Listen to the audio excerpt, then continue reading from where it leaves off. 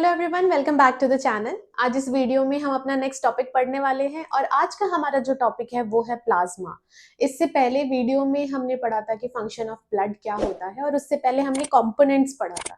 तो कंपोनेंट्स में हमने दो टाइप के कंपोनेंट्स पढ़े थे, एक प्लाज्मा जो कि लिक्विड पोर्शन ऑफ ब्लड होता है और दूसरी तरफ हमने पढ़ा था फॉर्म्ड एलिमेंट्स जिसमें ब्लड सेल्स जैसे आरबीसी, डब्ल्यूबीसी, प्लेटलेट्स ये सब आते हैं।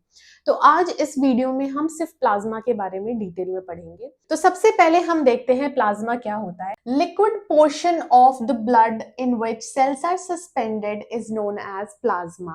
ठीक है, अगर हमारा ब्लड देखेंगे जैसे कि टेस्ट ट्यूब में, इससे पहले वीडियो में भी हमने पढ़ा था, टेस्ट ट्यूब में हमने अपना ब्लड लिया और उसको हमने सेंट्रीफ्यूग कर दिया। ठीक है, तो हमारे जो कंपोनेंट्स है ब्लड के वो सेपरेट हो जाएंगे, है ना। और सबसे ऊपर आप देख रहे होंगे येलो पोर्शन में, वो है प्लाज्मा। तो ये येलो कलर का होता है और ये येलो कलर का क्यों होता है? बिकॉज ऑफ सम पिगमेंट्स, इसमें कुछ पिगमेंट्स प्रेजेंट होते हैं जैसे कि बिलिरुबिन हो गया, कैरोटीनॉइड हो गया और ट्रांसफेरिन हो गया। ये कुछ पिगमेंट्स होते हैं जिसके वजह से हमेशा प्लाज्मा का जो कलर होता है वो येलो कलर होता है। ओके, आप इसमें से अगर बिलिरुबिन भी बोलते हो तो ये भी करेक्ट है। मोस्टली हम बिलिरुबिन ही बोलते हैं, कैरोटीनॉइड और ट्रांसफेरिन भी होता है, पर ज्यादातर आंसर बिलिरुबिन दिया जाता है क्योंकि ज्यादा परसेंटेज में प्रेजेंट होता है। ओके, नेक्स्ट हम बात करेंगे कॉम्पोजिशंस की। कॉम्पोजिशंस क्या है, मतलब प्लाज्मा में और क्या क्या प्रेजेंट होता है। ओके, तो वाटर 90 to 92%, सबसे ज्यादा क्या है, वाटर है। उसके अलावा न्यूट्रिएंट्स प्रेजेंट होते हैं, इलेक्ट्रोलाइट्स होते हैं, gases, waste, hormones, clotting factors and heparin. ये दोनों के बारे में मैंने आपको पहले ही एक्सप्लेन किया हुआ है, तो अगर आपको डिटेल्ड वीडियो चाहिए कि क्लॉटिंग फैक्टर और हेपेरिन का क्या काम होता है तो अभी आई बटन पे आपको वीडियो मिल रही होगी, आप वो जाके देख सकते हैं इस वीडियो के बाद। एंड उसके अलावा प्रोटीन भी प्रेजेंट होता है। अब प्रोटीन मेन आज हम इस वीडियो में डील करेंगे प्लाज्मा प्रोटीन। ठीक है, अब प्लाज्मा प्रोटीन हमारे पास होते हैं तीन टाइप के, एल्ब्यूमिन प्रोटीन, ग्लोब्युलिन प्रोटीन और फिब्रिनोजन। ठीक है, आप इसे याद रख सकते हो AGF। ठीक है, KGF तो सभी याद रखते हैं, आप AGF याद रख लेना, albumin protein, globulin protein and fibrinogen. ठीक है, ये बहुत इंपॉर्टेंट है और आगे हमेशा आपको काम आता रहेगा क्योंकि इससे रिलेटेड बहुत सारे क्वेश्चंस आते रहेंगे। जैसे अगर आप इम्यूनिटी पढ़ रहे हो तो वहां पे ग्लोबुलिन बहुत इंपॉर्टेंट है, आप ब्लड क्लॉटिंग पढ़ रहे हो, आप इंजरी पढ़ रहे हो तो वहां पे फिब्रिनोजन का काम आता है। और अगर आप जो हमारा फ्लूइड एंड इलेक्ट्रोलाइट बैलेंस हम पढ़ेंगे तो उसमें ये एल्ब्यूमिन बहुत इंपॉर्टेंट है। ठीक है, तो ये चीजें ध्यान से पढ़ना है। ओके, सबसे पहले हम पढ़ते हैं एल्ब्यूमिन के बारे में। तो एल्ब्यूमिन क्या है? एल्ब्यूमिन एक ऐसा प्रोटीन है जो कि मोस्ट अबंडेंट है प्लाज्मा प्रोटीन। ठीक है, तो प्लाज्मा में अगर आपसे क्वेश्चन पूछा जाए कि प्लाज्मा में सबसे ज्यादा कौन सा प्रोटीन प्रेजेंट है तो आंसर क्या होगा? एल्ब्यूमिन। ए से, है ना, नम ए फर्स्ट आता है ना, तो वैसे ही एल्ब्यूमिन। ओके, ठीक है, about 55 to 60%, approximately 55 to 60% of total plasma protein जो है वो क्या है?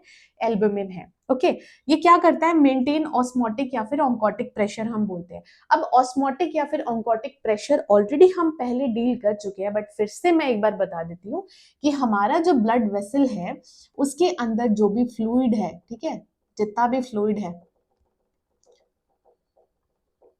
इसको अंदर रोक के रखने का काम कौन कर रहा है? एल्ब्यूमिन। ओके, तो ऑन्कोटिक प्रेशर या फिर ऑस्मोटिक प्रेशर एक ऐसा प्रेशर है जो इस फ्लूइड को इस वेसल के अंदर ही रखता है। अगर ऑन्कोटिक प्रेशर कम हुआ तो ये जो भी फ्लूइड है ये क्या हो जाएगा? बाहर निकलना शुरू हो जाएगा, जिसके वजह से एडीमा हो सकता है, इंटरस्टिशियल स्पेसेस में पानी भरना, मतलब फ्लूइड भरना शुरू हो जाएगा और उसके वजह से आपको एडीमा हो सकता है। ठीक है, तो ये ऑन्कोटिक प्रेशर बहुत इंपॉर्टेंट है, इसीलिए जब भी किसी पेशेंट का एडीमा होता है या फिर वो लोअर लिम्स में हो या फिर अपर लिम्स में हो, मोस्टली लोअर लिम्स में होता है, जैसे किडनी डिजीज हो गए, हार्ट डिजीज हो गए, तो उसमें ये एल्ब्यूमिन का लेवल जो है वो कम हो जाता है, जिसके वजह से लोअर लिम्स में बहुत ज्यादा आपको स्वेलिंग दिखेगी, किडनी पेशेंट और कार्डियक पेशेंट में। ठीक है, तो ये एक बहुत इंपॉर्टेंट साइन भी होता है, किसी को भी अगर एडीमा है तो सबसे पहले आप उसका एल्ब्यूमिन भी चेक करवा सकते हैं, उसका एल्ब्यूमिन पक्का कम आएगा। ठीक है, ओके, तो ये तो हो गया ऑन्कोटिक या फिर ऑस्मोटिक प्रेशर।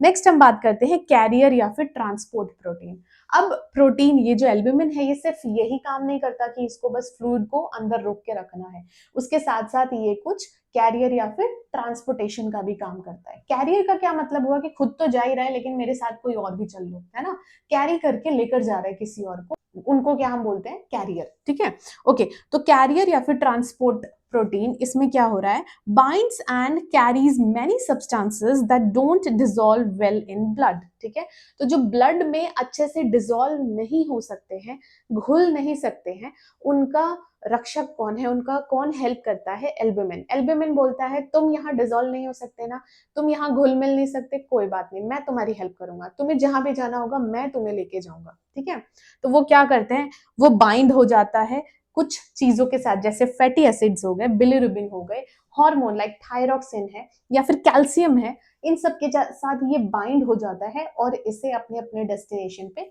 पहुंचा देता है। ठीक है, तो ये क्या काम कर रहा है, एक कैरियर या फिर ट्रांसपोर्टेशन प्रोटीन का भी, उसके साथ साथ ये मेंटेन कर रहा है ऑस्मोटिक प्रेशर को भी। ठीक है, नेक्स्ट काम क्या है इसका, बफरिंग रोल। बफरिंग रोल का क्या मतलब हुआ कि अगर ब्लड का पीएच ऊपर नीचे गया तो ये क्या काम करेगा, ये उसका पीएच मेंटेन करेगा। ठीक है, ब्लड का पीएच कितना होता है, 7.352, मैं यहाँ लिख देती हूँ, ब्लड का पीएच होता है नॉर्मल पीएच 7.35 टू 7.45। ठीक है, इसके बीच में होना चाहिए ब्लड का पीएच। ठीक है, अगर इससे नीचे गया, 7.35 से नीचे गया तो क्या हुआ, एसिडिक, और 7.45 से ऊपर गया तो क्या हुआ, एल्कलिन। ठीक है, तो बेसिकली ये काम कैसे कर रहा है, वीक बफर जैसे, एल्ब्यूमिन प्रोटीन जो है वो वीक बफर जैसे काम करता है और वो पीएच को मेंटेन करने में हेल्प करता है। ठीक है, बफर का काम ही यही होता है कि वो पीएच को मेंटेन करके रखें। ठीक है, ओके, नेक्स्ट हम आप बात करेंगे ग्लोबुलिन प्रोटीन की,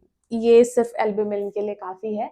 नेक्स्ट हम बात करेंगे ग्लोबुलिन प्रोटीन की। तो ग्लोबुलिन प्रोटीन क्या है, a diverse group of proteins making up to approx 35 to 38% ऑफ प्लाज्मा प्रोटीन। ठीक है, तो आपने देखा एल्ब्यूमिन प्रोटीन कितना बना रहा है, अप्रोक्सीमेटली 55 टू 60%, ग्लोबुलिन कितना बना रहा है, अप्रोक्सीमेटली 35 टू 38%। ठीक है, ये याद रखना।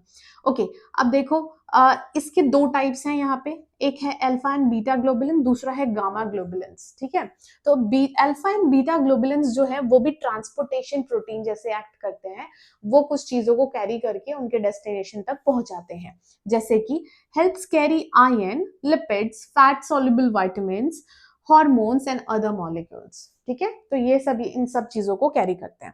नेक्स्ट हम बात करते हैं गामा ग्लोबुलिन्स का। तो गामा ग्लोबुलिन्स, इससे पहले वीडियो में मैंने आपको बताया कि गामा ग्लोबुलिन्स क्या है, ये है इम्यूनोग्लोबुलिन्स। ठीक है, एंटीबॉडीज। ये क्या करते हैं, कोई भी फॉरेन सब्सटेंस हमारे शरीर के अंदर आया, ये क्या करते हैं, उसको आइडेंटिफाई करेंगे। ठीक है, सबसे पहले तो देखेंगे कि अरे हमारे शरीर में किसी फॉरेन ऑब्जेक्ट ने इन्वेड कर लिया है। ठीक है, और फॉरेन ऑब्जेक्ट, फॉरेन सब्सटेंस को हम क्या बोलते हैं, एंटीजन।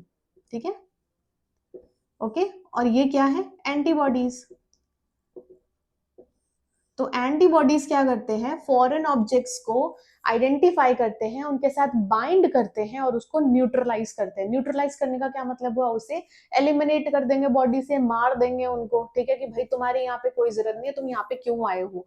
तो ये क्या करते हैं, इसको पहले पहचानते हैं और फिर इसको मार डालते हैं। ठीक है, यही काम होता है, इसी वजह से हमारी, यही है हमारा इम्यून सिस्टम। ठीक है, इसी को हम इम्यूनिटी बोलते हैं। इम्यूनोग्लोबुलिन्स जो है, यही तो हमारी इम्यूनिटी है। ओके, तो इम्यूनोग्लोबुलिन्स का क्या काम है, देखो, recognise and bind with foreign substances, और वो क्या करते हैं, न्यूट्रलाइज एंड रिमूव पैथोजेंस। अब यहाँ पे फॉरेन सब्सटेंसेस आप एंटीजन बोल लो, बैक्टीरिया बोल लो, वायरस बोल लो, जो भी चीजें हैं उसको हम एंटीजन ही बोलते हैं। ठीक है, तो वो क्या कर रही हैं, उसको न्यूट्रलाइज कर देती हैं और पैथोजेंस को रिमूव कर देती है। पैथोजन एज एन ऐसे माइक्रो ऑर्गेनिज्म जो हमारे शरीर के लिए खराब है, मतलब वो हमें बीमारियां दे सकते हैं। ठीक है, हार्मफुल है। ओके, तो ये तो हो गया अबाउट गामा ग्लोबुलिन। अब जो इम्यूनोग्लोबुलिन्स है, इससे पहले वीडियो में मैं ऑलरेडी बता चुकी हूँ कि जो इम्यूनोग्लोबुलिन्स होते हैं, जिसे हम आईजी बोलते हैं, ये टोटल 5 टाइप्स के होते हैं, IgD, IgE, IgM, IgA, IgG. ठीक है, यूजुअली मैं इसे दिमाग करके याद रखती हूँ, ठीक है। तो ये इम्यूनोग्लोबुलिन्स है। डिटेल में हम इसे जब हम इम्यूनिटी पढ़ेंगे तो हम इसको अलग अलग पढ़ेंगे कि आईजीजी का क्या काम होता है, आईजीडी का क्या काम होता है, ठीक है। ये सारी चीजें डिटेल में हम आगे पढ़ेंगे। ओके, नेक्स्ट आते हैं हम फिब्रिनोजन पे। अब फिब्रिनोजन का क्या काम होता है?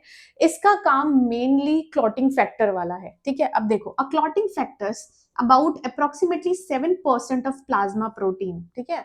मतलब ये कितना है? 55 to 60%, 35 to 38%, रिमेनिंग 7% फिब्रिनोजन होता है, ठीक है। इसका क्या काम है? Essential for blood clotting. ये ब्लड क्लॉटिंग में हेल्प करता है। अब कैसे हेल्प करता है? ये जो फिब्रिनोजन है, मैं यहां लिख देती हूँ, फिब्रिनोजन, ठीक है। ये फिब्रिनोजन कन्वर्ट होता है फिब्रिन्स में, ठीक है। फिब्रिनोजन जो है वो कन्वर्ट होता है फिब्रिन्स में with the help of an enzyme which is known as thrombin. Okay, तो ये थ्रोम्बिन जो एंजाइम है, इसके प्रेजेंस में फिब्रिनोजन जो है वो फिब्रिन्स में कन्वर्ट होता है। अब फिब्रिन्स का काम क्या होता है? सपोज कहीं भी कट लग गया, यहाँ पे कट लग गया, ठीक है, ये हमारा हाथ है और यहाँ पे हमारा कट लग गया, तो फिब्रिन्स क्या करते हैं? यहाँ पे एक मेश लाइक स्ट्रक्चर फॉर्म करते हैं, थ्रेड लाइक, छोटे छोटे थ्रेड्स या फिर मेश लाइक। मेश मतलब जाली जो होती है ना, तो यहाँ पे एक जाली बना लेते हैं, जिसकी वजह से क्या होता है? प्लेटलेट्स वहां पे इकट्ठा होना शुरू हो पाते हैं। देखो अभी क्या है, अगर यहाँ पे जैसे कट लगा, ठीक है, अगर अभी तो यहाँ पे कुछ भी नहीं है, तो यहाँ पे प्लेटलेट्स आए भी तो वो बाहर चले जाएंगे, है ना। इनको रोकने के लिए ये जो फिब्रिन्स है ये मेश बना देता है, जिसकी वजह से जो जो भी प्लेटलेट्स होते हैं वो यहाँ पे इकट्ठा हो जाते हैं और क्लॉटिंग कर देते हैं, जिसकी वजह से आपका ब्लड लॉस नहीं होता है, ठीक है। अगेन इसे भी हम डिटेल में आगे पढ़ेंगे।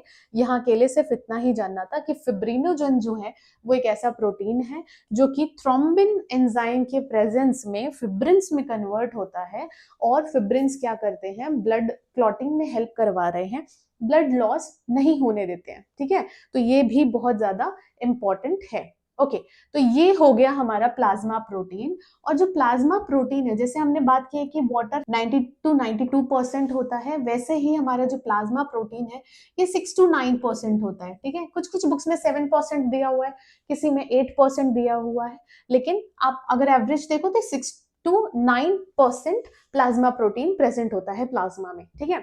Okay, so this is all about plasma and plasma protein. Again 3 important plasma protein है हमारे पास, एल्ब्यूमिन प्रोटीन, ग्लोबुलिन प्रोटीन और फिब्रिनोजन। और अगर आपको इसको याद रखना हो तो आप याद रखना AGF, ठीक है, KGF नहीं, AGF। ओके, तो आई होप आपको ये वीडियो अच्छी लगी हो। अगर वीडियो अच्छी लगी तो वीडियो को लाइक करें, चैनल को सब्सक्राइब करें, और कोई भी डाउट या फिर रिकमेंडेशन है तो आप मुझे कमेंट सेक्शन में बता सकते हैं। Thank you so much for watching.